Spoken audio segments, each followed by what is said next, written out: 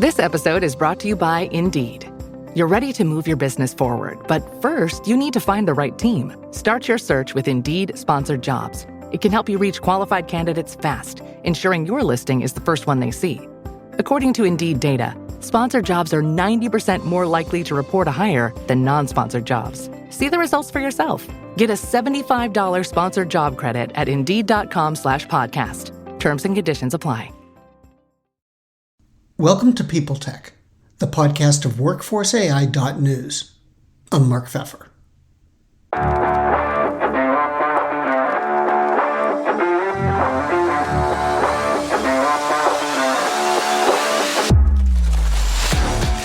My guest today is Doug Dennerline, the CEO of Betterwork. All this technology we've got today, how do you work it into something that's as human and as personal as a performance review? And how's technology's role in all this going to evolve? It's something employers have to think about and act on thoughtfully if they're going to strike the balance of employee development, retention, and budget. I'd argue that if there's an area where you don't want to throw technology against the wall to see what sticks, is performance reviews. So we're going to talk about all that on this edition of People Tech. Hey Doug, welcome. So I wanted to ask to start, there's a lot going on with things like performance reviews right now. I mean, there's a lot of changes in technology. I think there's changes in the way people are approaching them. What challenges are you having in trying to keep up with all of these changes? Yeah, it's an interesting time, Mark. Things have changed so quickly too. I mean, we've gone from the Great Resignation to, I think, a very tough environment for people coming into the workforce. I think it's tough you don't see people hopping from job to job anymore. And I think performance management has moved into this situation where we're certainly seeing it, where CFOs are saying, what am I getting for these applications?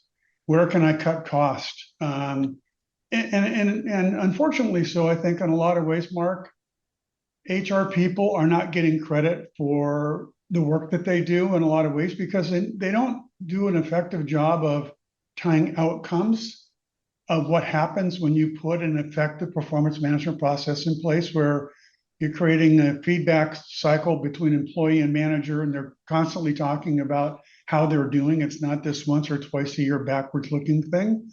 Mm-hmm. And all of a sudden the CFO, looks up and says, hey, well, why am I spending money on this thing when I can get it from my current platform? And HR hasn't been prepared to say, by the way, we've increased engagement scores dramatically, 10, 20%. We've lowered turnover X%. And they don't go back to the CFO and say, look at the impact that we've had on the company. You know what? That's driving revenue for the company when we're doing this right. They're just kind of been stuck saying, oh, okay, I guess I got to go back and use my core HRIS's capability versus somebody else's that does a more effective job. And they still have the problem of needing to tie that to numbers somehow, right? I mean, it's one thing to say we've raised engagement by a level of 20% or something like that, but the CFO is probably going to want to know what's that mean for the financials.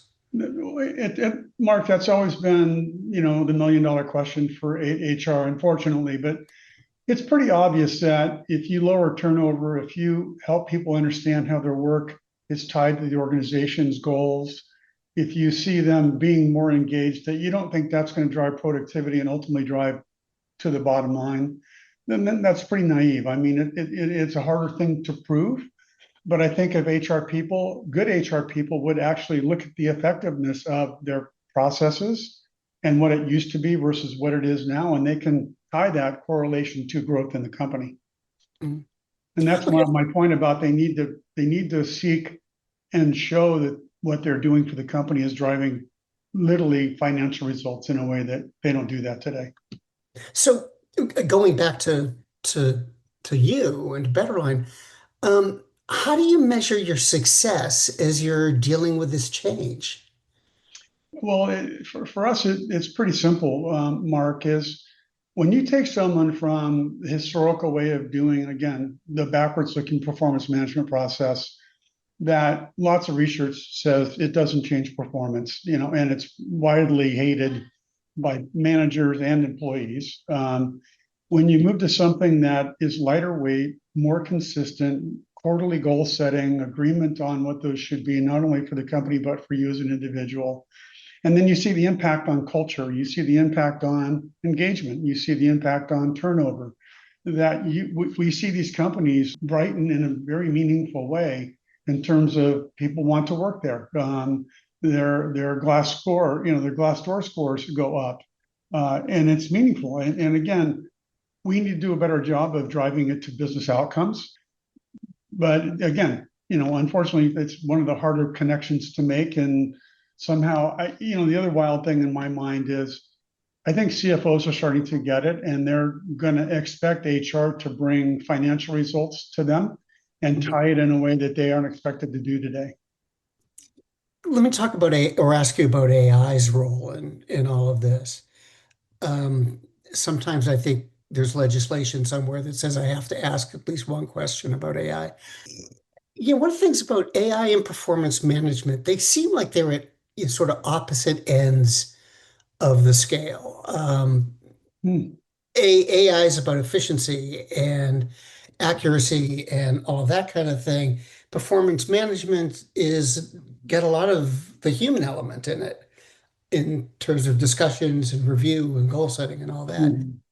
What do employees make of all of this? This move to bring more technology Yeah, in? Mark, it's been really interesting to watch how quickly in every sales cycle we're in now, the expectation is tell me what your AI strategy is in HR.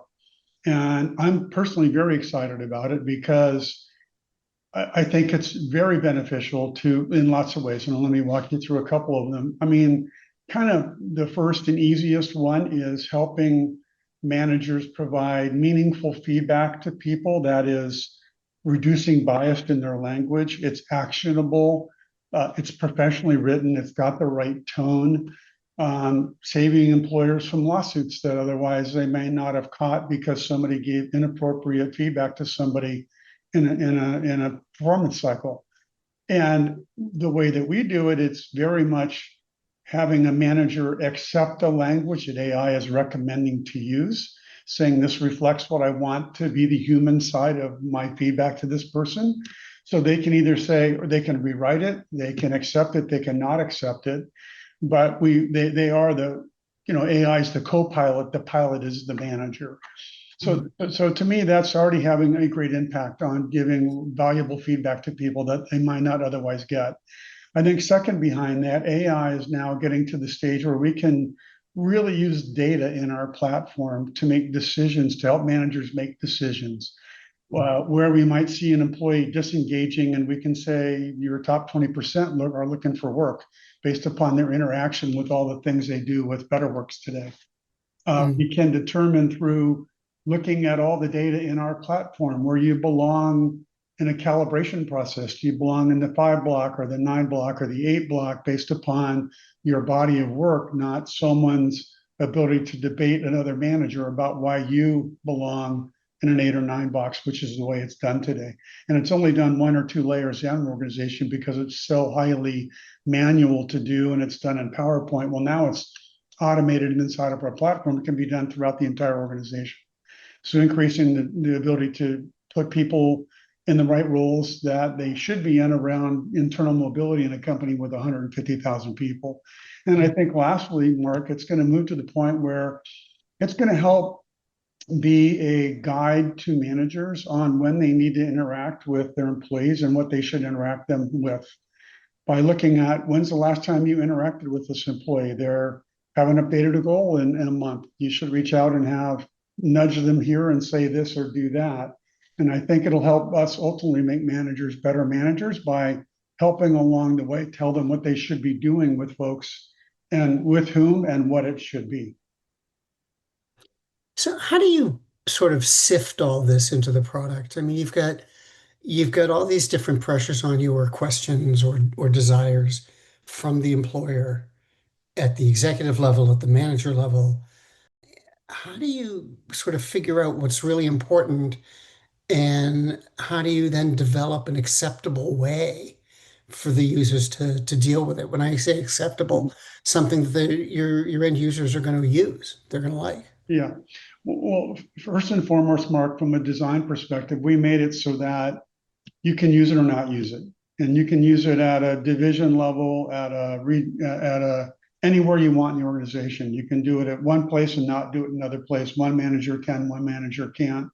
And we've shown people over time as they have tried it, that the value of it is actually there and they get more adoption and more adoption. And so now we have companies that literally are highly engaged with our AI capabilities and continue to do that. And again, we don't force you into this. We make it something that you want to culturally change over time. And I think HR sees the benefit because they see the way that they take somebody might be using inappropriate language to translate it into something that is appropriate language and removing bias and making it, again, more usable than it otherwise. I mean, think about it, Mark. Managers typically go into this process once or twice a year. They're not good at it and they don't know how to give valuable feedback, and AI does. And we have our own private LLM that does nothing but speak in the language of manager to employee or employee to manager. It seems that people in HR are starting to focus more on outcomes and outcomes they can measure. It's kind of getting back to our first question Yeah. about, dealing with the business side. Um, are you finding that? Do you think people are getting their head sort of less in the clouds and more on the ground and into reality? I do. I think another big transformation that's happening in performance management, Mark, is things like job descriptions are going to be replaced by skills.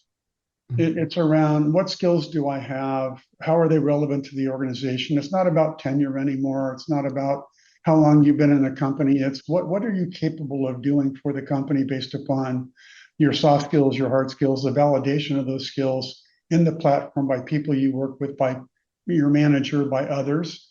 And so I think the skills taxonomy in companies has been a big buzzword for a couple of years, but it's becoming, we're finally making it so that's relevant in its use inside of the organization as a capability to know where your real talent lives. And then where are the people that have the ability to grow those skills and grow into something more important to the organization as the needs of the organization change over time by doing skills recommendations, if you will, using AI. So, with all of this said, all of the things we've talked about, what's the future of performance management and how's Betterworks getting ready for it? I mean, it's kind of Yeah. a difficult path to chart, isn't it? You know, well, I've spent a good portion of my adult life now, Mark, in this realm. Um, we've been talking about moving from annual or biannual to continuous for 15 years now. Mhm. Yet many organizations, culturally have found it difficult to make the transition. But I think we're at a point now with AI and meaningful companies in the world now having made that transition that others are now following at a pace that put us kind of in Main Street. It's no longer an option to be doing this backwards looking thing in a culture that's filled with millennials and Gen Zs and Gen Ys who don't want to be talked to once or twice a year about how they're doing. They want to be talked to every day about are they progressing on their career path in a meaningful way. And it's forcing enterprises around the world to embrace these changes. And again, it's not about the technology, Mark, it's about change management. It's about doing what's right for your company and leadership stepping in saying, we're going to make this change. And yes, it's going to be hard. It's going to take a few quarters, but the outcome is worth the thing we're going to put the organization through. My last question, there's a lot of talk going on about the dynamics of work right now. And specifically, a lot of companies are looking to grow, but either downsize their workforce or just not add to it. They're not hiring replacements when somebody leaves. What does that do to performance management? Yeah. Well, again, Mark, I think it's a moment in time, as is evidenced by just in the last few days, other big companies announcing pretty big layoffs. But if you look historically, what's happened in the last 5 years is the amount of additions that people made, big companies made by adding people. They added too many people, and realize now that the momentum that existed 3 or 4 years ago, as we were in coming out of COVID, does not exist anymore, and they're fat with too many people. That's going to level out, and we're going to get back to some normalcy around, people in organizations. And I don't see a lot of layoffs happening in mid-market, low end of enterprise. I just see big enterprises that massively, added people and are suffering from the consequences of that. And so I think more than ever, what we say to people is, when you use a product like our own, if you're doing massive layoffs, are you sure you're getting rid of the people that you want to get rid of? Have you done the round of performance management process that lets you know where your talent is and where your talent isn't? And we see people laying off people that they're hiring back because they realize they let really meaningful people go, and they shouldn't have done that. I think if they had moved to a product like our own, they know where talent lives and doesn't live, and a more meaningful way they would otherwise. Doug, thanks very much again. It's always great to talk with you, and hope we'll do it again. Sounds good, Mark. Thanks so much. Good to see you.